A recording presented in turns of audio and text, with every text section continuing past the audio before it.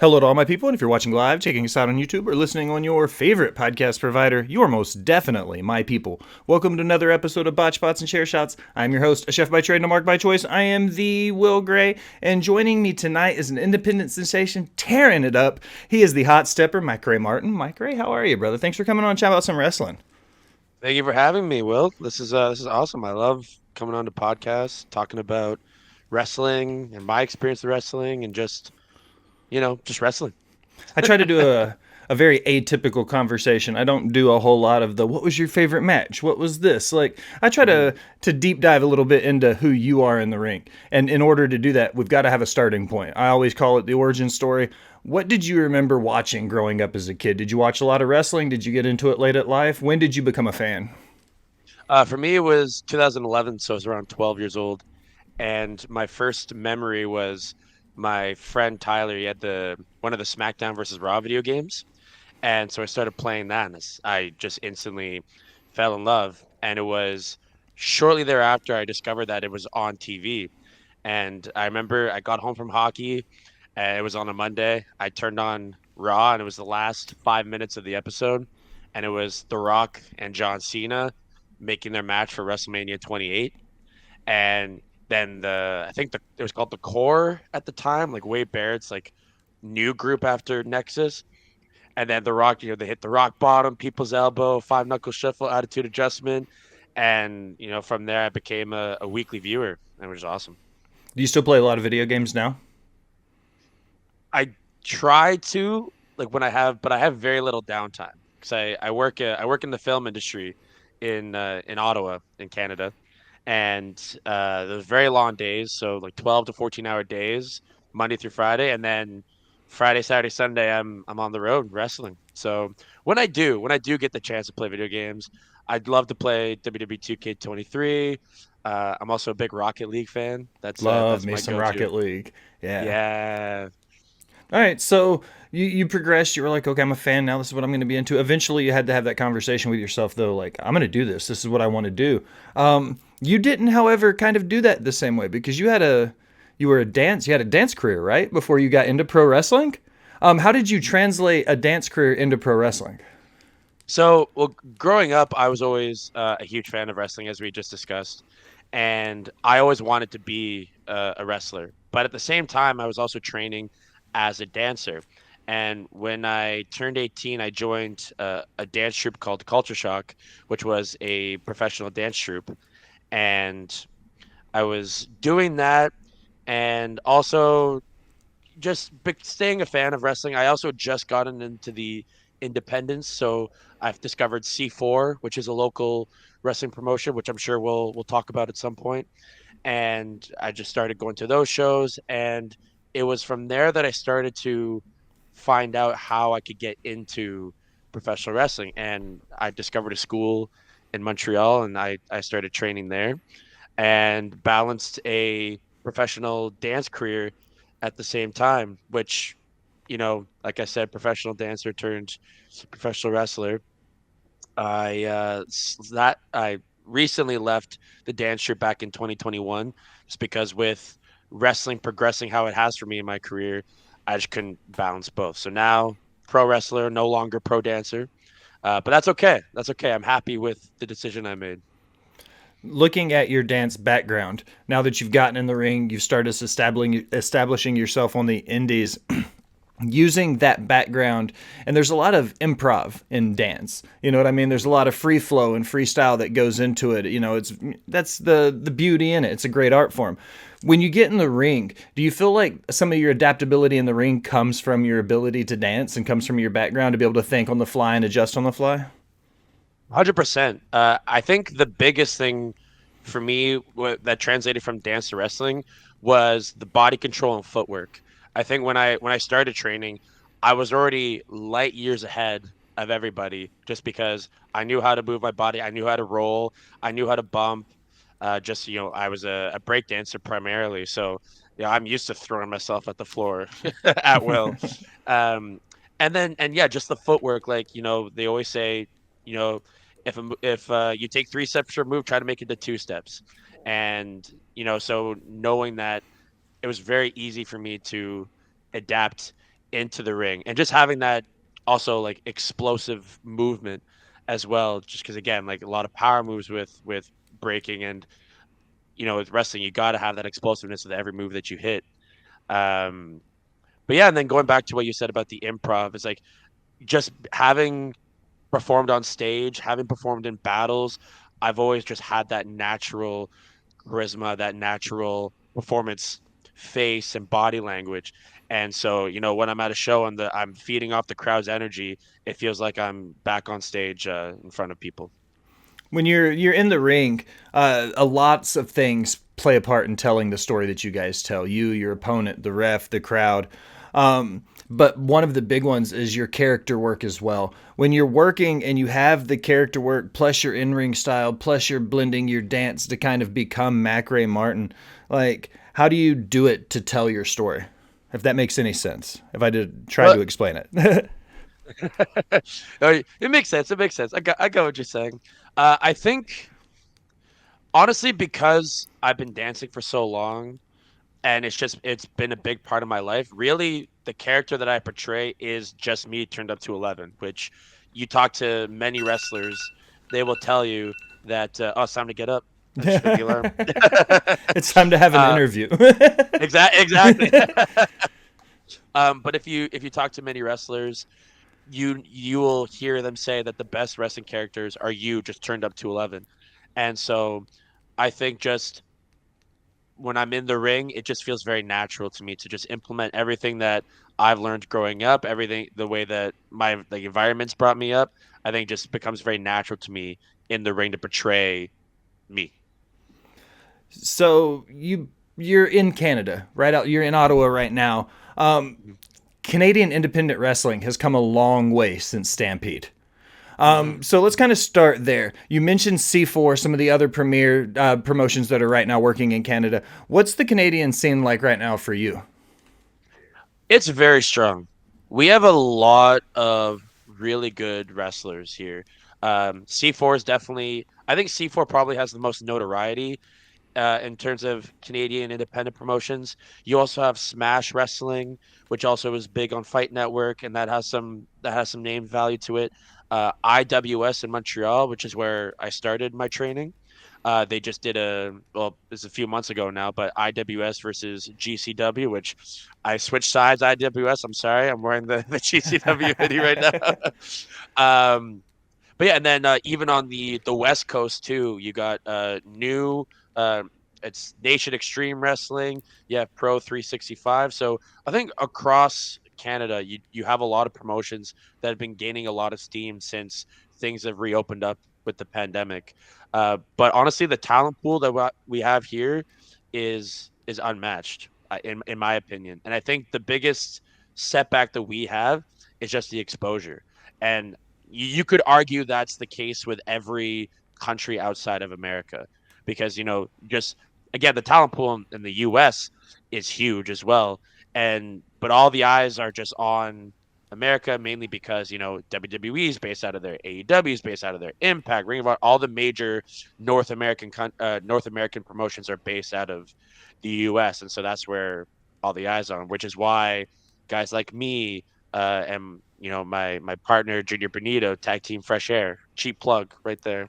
Um, and guys like Mark Wheeler, Jesse V, Vaughn Vertigo, all these guys are going to the States trying to make a name for ourselves so that we can also shine a light on Canadian independence. One of the things that I find fascinating, and a lot of people don't even realize this is an issue. I've had Canadian superstars on in the past. One of them was Jeremy Prophet, and he talked about how tough it is in some aspects for Canadian superstars to break into the States because of things like entertainers' visas. And he said that it's cheaper to book an American talent than to pay for a Canadian talent to come into the States. Have you ever ran into any hurdles like that being a Canadian trying to get into the U.S. independent scene? Really, the only hurdle that I have faced is the visa thing, right? And so, um, what I do is like I'm just super upfront with the Border Patrol agency. Say, look, I'm a wrestler from Canada. I'm going down to the States. I'm not getting paid. This is just for exposure. This is on my own dime and my own time. And the key, and I'll spill the secret, but the key is really to just look pathetic. As like, so when I go down, I'm in my mom's minivan. I say, "Oh, I'm a wrestler, like Hulk Hogan." Because that always gets a laugh out of them. Just things along those lines, where it's like, look, you're not here to cause any trouble. You're not here to steal a job from an American. You're not here to sell drugs or anything. Like, it's literally just, we want to get our names out there. And so that's the biggest hurdle I've had in terms of, you know, price and everything, because, I actually am getting paid, but shh, don't tell them that. Um, you know, uh, I haven't had any issue with that, or just my talent, right? Because I feel like, as the hot separate character, I'm able to offer something different and unique for a paying audience. And you could put me anywhere on the card and it will fit. And that's how I strongly feel. And I've been very fortunate to have gotten opportunities with Limitless Wrestling, with Beyond, with most recently Northern Federation in New Jersey, and I'm very grateful for what I've been able to do. Let's start there. It's an easy Mhm. segue for me. Limitless was on the list. They're one of the premier territories right now in that Northeast Atlantic reign, the Maine area. Those guys they're kind of lighting it up. What was it like being able to get in there? Because there's been some talent come through that locker room, and now you're there, you're present, you're ready to roll. What was it like stepping through that curtain at Limitless? Absolutely fantastic. I've gone to do shows at both of their cities, in Yarmouth and Herman, and the crowd's just been electric.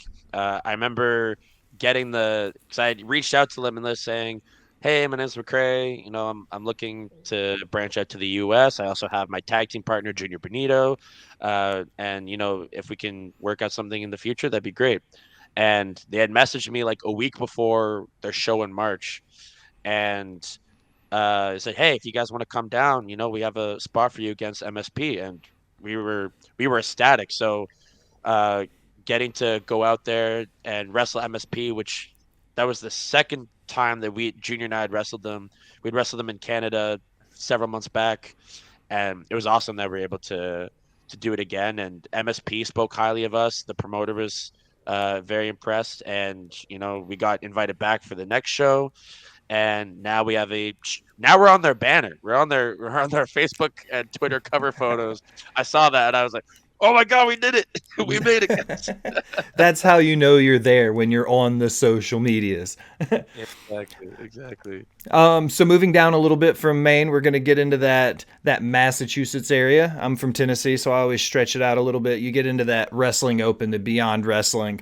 You had a chance to work there, and right now their connection with IWTV, they're lighting it up. I always say IWTV is kind of like the Netflix for indie wrestling. Like if you Hmm, hmm. have a niche or a yum that needs to be filled, IWTV has it. Along with that, though, comes this like mythic place that's kind of developed its own like aura. It's very reminiscent of the 2300, and that's the White Eagle. I'm Mm. being this far south in Tennessee. I haven't had a chance to make it up there yet. What was it like for you working the White Eagle? Like, literally an unbelievable experience. Like, I was blown away by the reception I got and just the aura of that crowd. My first appearance was in October of last year. I wrestled Desmond Cole, which we always say we're like the Canadian and American version of each other. Both got that dance background, and we wrestled. And Love the Big uh, Boofa. He's an alum of the oh, show. big Yeah. boofa! Love that Yeah. guy. But yeah, like, and that was super fun. We did a spot where we both ended up in the splits, and the thing that like, got me was the crowd started chanting, "Holy split! Holy split!" And I legit just I looked around. I was like, "What?" Like, I never would have thought of that. Like, they're super creative. And yeah, and they just love wrestling. I think they Wrestling Open has done a very good job of building that loyal fan base, and to the point where, like, since they're running weekly, you can build stories, you can build characters, have those character arcs where, you know, these fans are falling in love with these characters and like get to see their journey from week one all the way to I don't know what week they're at now, probably in the 80s, 90s, maybe something like that. Um, but they've been able to see the build and the progression that Wrestling Open has garnished. And recently, they just crowned the first ever Wrestling Open champion with Ichiban, number one. But yeah, like the White Eagle was something I've never experienced in wrestling, which is awesome. One of my favorite things, I proudly proclaim on the show that I'm the old man on my porch screaming, "Get off my lawn!" You know, I cut my teeth in the late '80s with the last of the NWA days. You know, I still yearn for that territory, territory vibe, and I think that's why I have this like kindred's like heart for independent wrestling because it reminds me of those days. One of the things about that made it so unique was the fans in each territory. You could go to JCP in the Carolinas. It was very different than Mid South, very different than Texas or Puerto Rico. From your perspective now, though, coming from Canada into the States, do you see a big difference in the territory crowds when you come south of the border? Yes, so definitely, we use the term smart mark. I feel like the wrestling fans in the U.S. are. Yeah, there you go. You got it. I saw that. I saw that. Um, definitely, the wrestling fans in the U.S. are a lot more aware and smarter, I think, in terms of the wrestling itself. IL fans there come to me and they'll say, "Oh, I appreciate how you sold that," or it's like, "Oh, I love how you executed this move." It's like I don't even know that move had a name, but awesome that you knew that. Thanks for the Um, knowledge, kid. Thanks for the knowledge. And then I think with Canada, our demographic, we have wrestling fans and we have the smart marks, but our demographic is a lot smaller. A lot of times, like for C4, for example, there's not a whole lot to do in Ottawa. So C4, other promotions in the city, Acclaim, like they're really just a thing to do in Ottawa. So you have a lot of fans who get drunk, who have fun. It's a party vibe, and they just want to see some crazy stuff. They're not concerned about the hold for hold wrestling, or if they see a submission, they're not like, oh, what's gonna happen.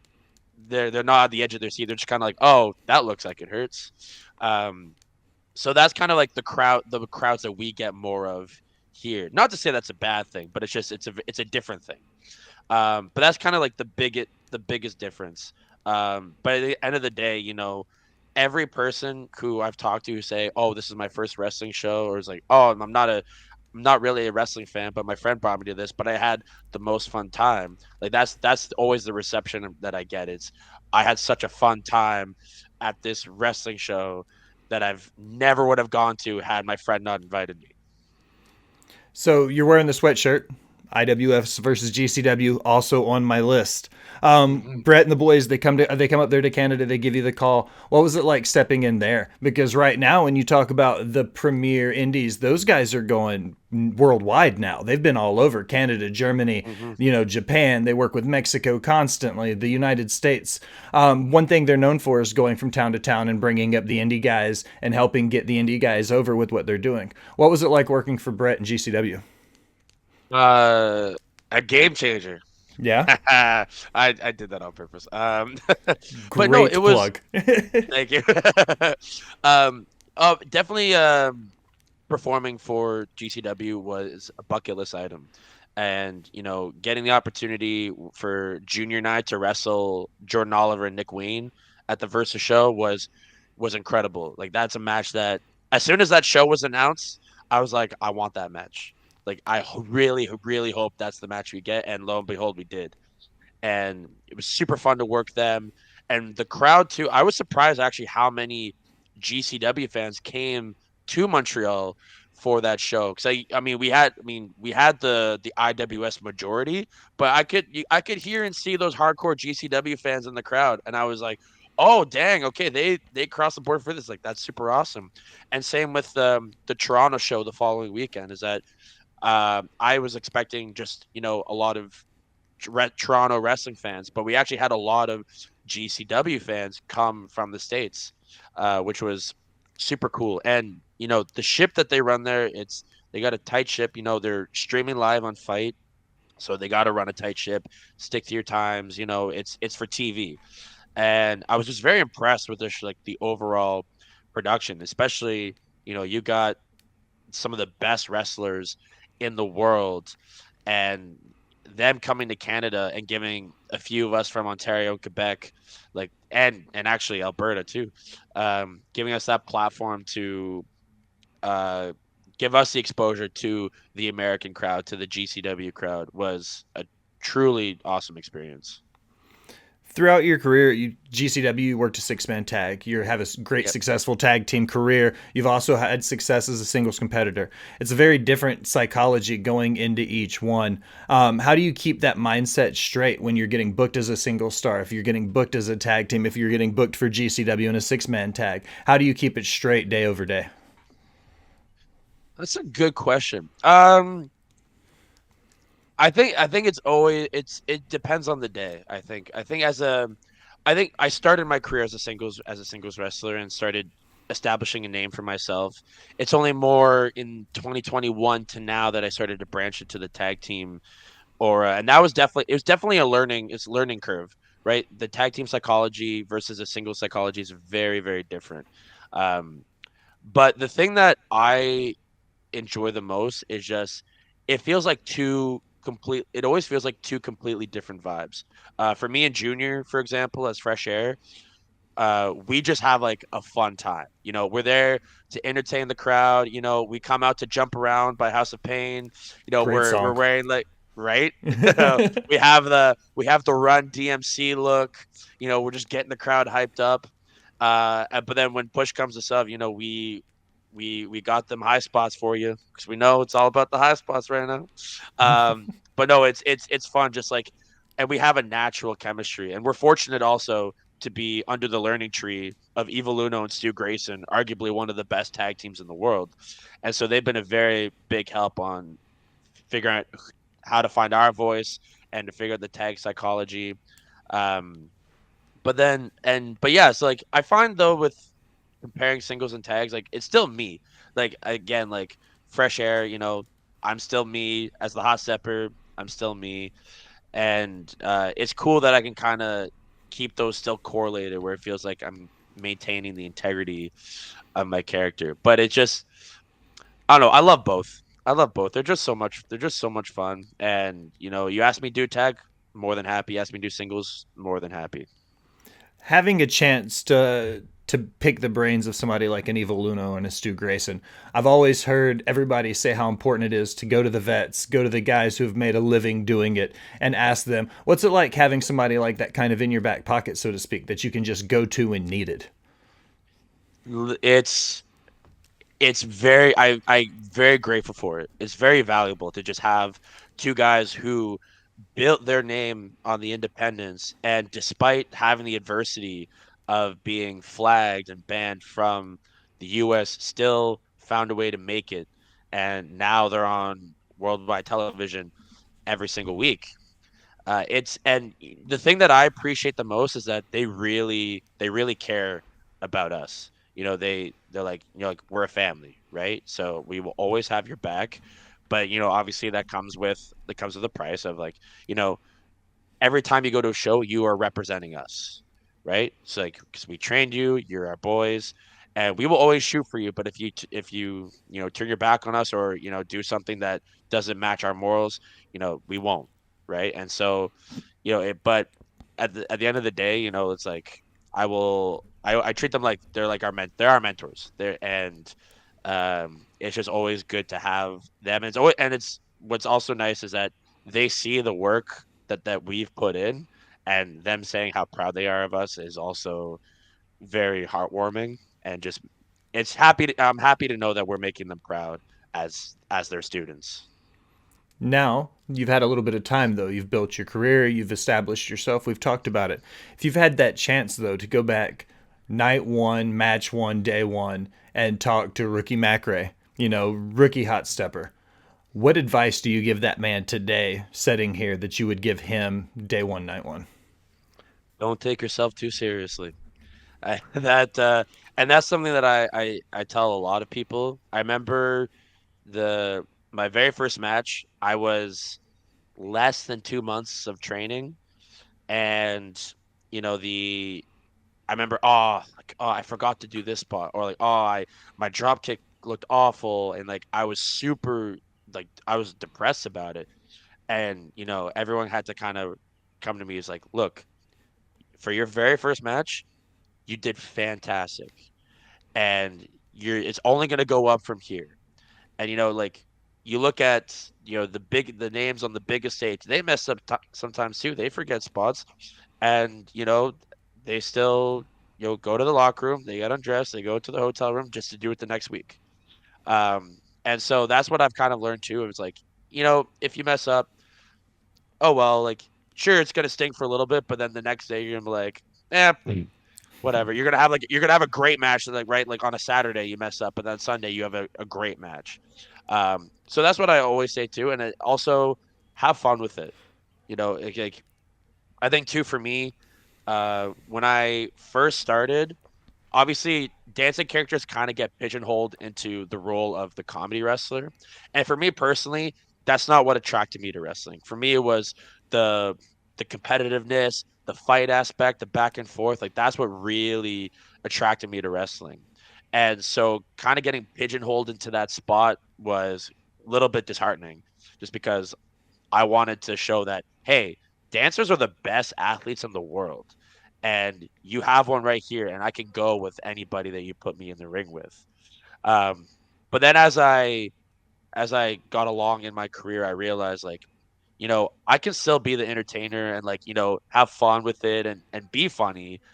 But then late at some point of that match, I hit that switch and I get serious. And so that's what's also been fun, is having that character development of, all right, Hotstep is here to have fun, but eventually he's gonna snap, and you better get ready because he's coming. This is going to sound out of left field, something you were just saying, and you mentioned earlier that you work in film.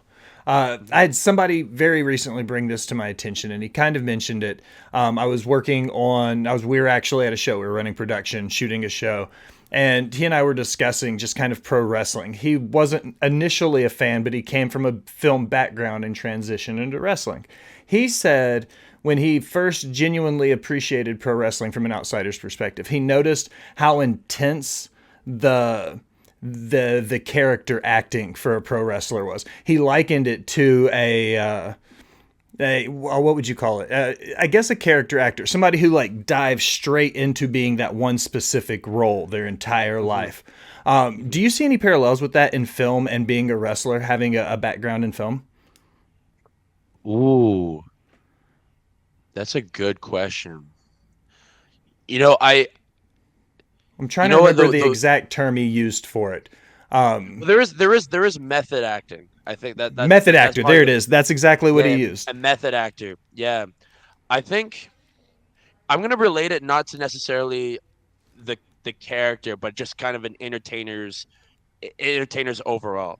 So if I'm going to use, I think Elvis. Elvis is a pretty good example, right? He was loved by all. When he was on stage, everyone would go crazy, right? And like, he loved it. He feeded off that energy.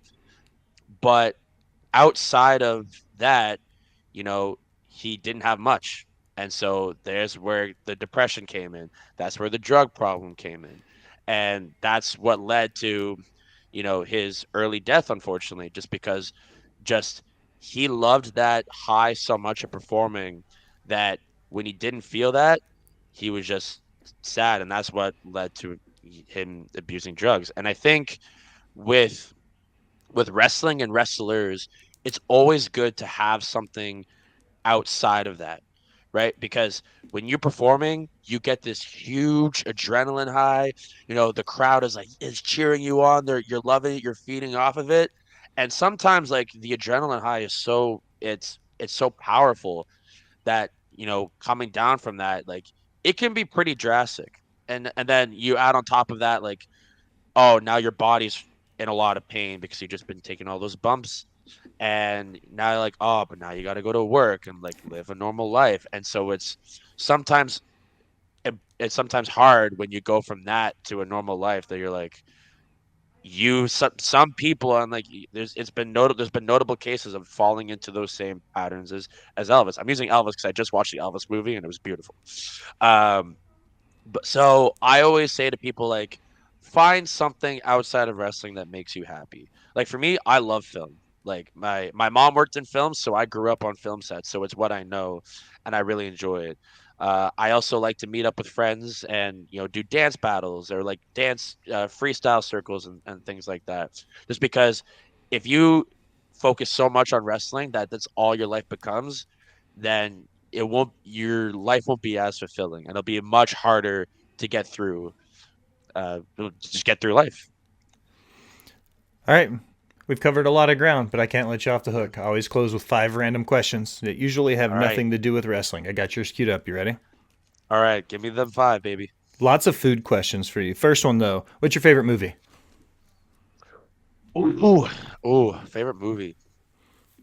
Oh my gosh. I should know this. I work in film. um I'm gonna say Spider-Man No Way Home. Great I pick. think it was a perfect movie for me. Ooh, that's a different conversation.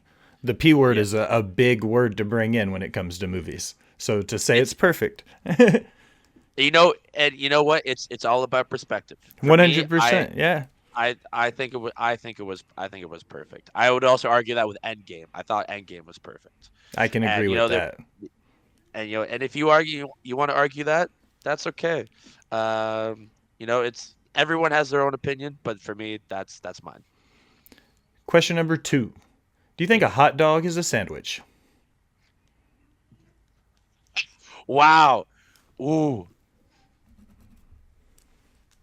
Because I mean, technically, if we're going on the topic of things that could be sandwiches, pizza. If you do it Brooklyn style, that's also could be considered a sandwich.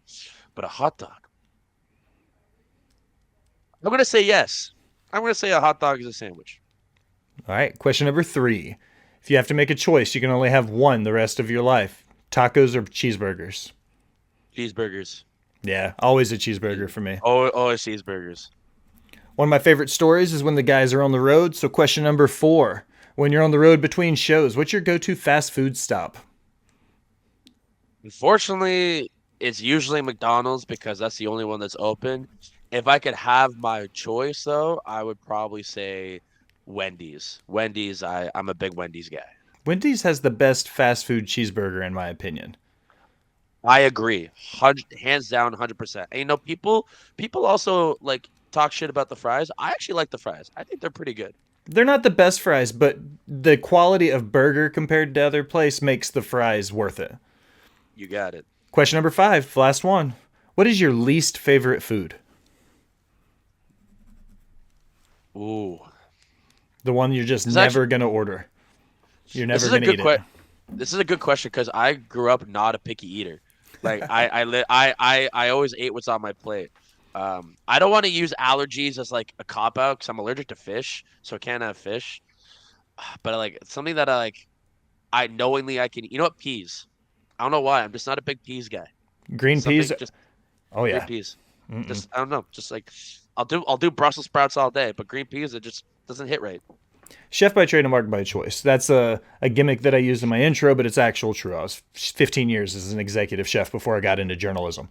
Um, Oh wow. I disliked green peas so much that I refused to put them on a menu. I would find things that tasted similar or had that same contrast or like color palette, anything to avoid using green peas. Hands down, my least favorite food.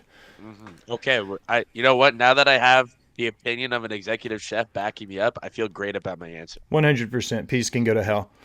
Yeah. All right, Macrae. This is everybody's favorite part of the episode because I get to shut the hell up. This is your chance. Put yourself over. Tell everybody where to find you, your socials, what you've got coming up, any matches you want to tell us about, anything like that. This is your chance. All right. So you can follow me on all social media platforms at the Hot Stepper PW, Facebook, Instagram, Twitter. I don't have an online store, but that is in the works. That will soon be coming up. Uh, Shows that I've got coming up. C4 this Friday that will be airing on IWTV next week. It's C4 Presents Heart of Darkness. Myself and my other tag team partner, Shane Hawk, we're defending the C4 tag team titles against Wasted Youth, Huff and Pretty Ricky, and Violence is Forever. So it's going to be a tough one, but I think we're going to get through it. Um, Other than that, support Canadian indie wrestling. You know, we're going to do what we can to make our name out there in the US. But please, if you can, follow some Canadian indie wrestlers, follow some Canadian indie promotions, and give Canadian indie a chance. Support local indie wrestling, even if local doesn't mean in your backyard. We're all here trying to do the same thing. That's it. Macrae, I appreciate you, man. This has been an awesome conversation, brother. Thank you. Likewise, Will. Appreciate you having me on. For the Hot Stepper Macrae Martin, I am the Will Gray. Thanks for stopping by and listening, my people.